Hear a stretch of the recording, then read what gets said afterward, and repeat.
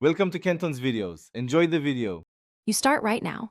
Use the HyperX's detachable 3.5 mm TRRS cable and plug it into the dual sense headphone jack. Make sure the Ps5 is on and the controller is connected to the console by USB or wireless. Either is fine, but a USB connection simplifies firmware sync. You do this because the Ps5 routes controller analog audio through that jack.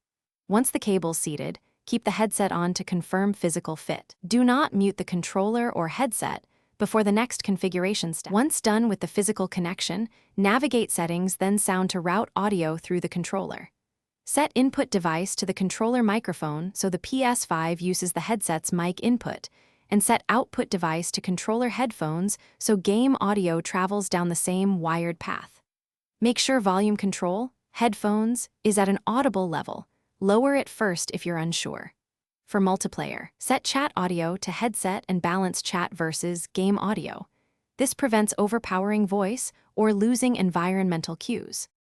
Finish by testing audio in a party or single-player scene. Play sound, speak into the mic, and listen for clarity.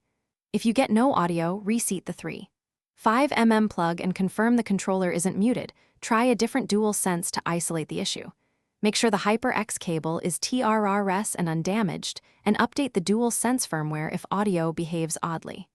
A key troubleshooting tip: swap to another headset briefly, if that works. The issue is the cable or headset, not the Ps5.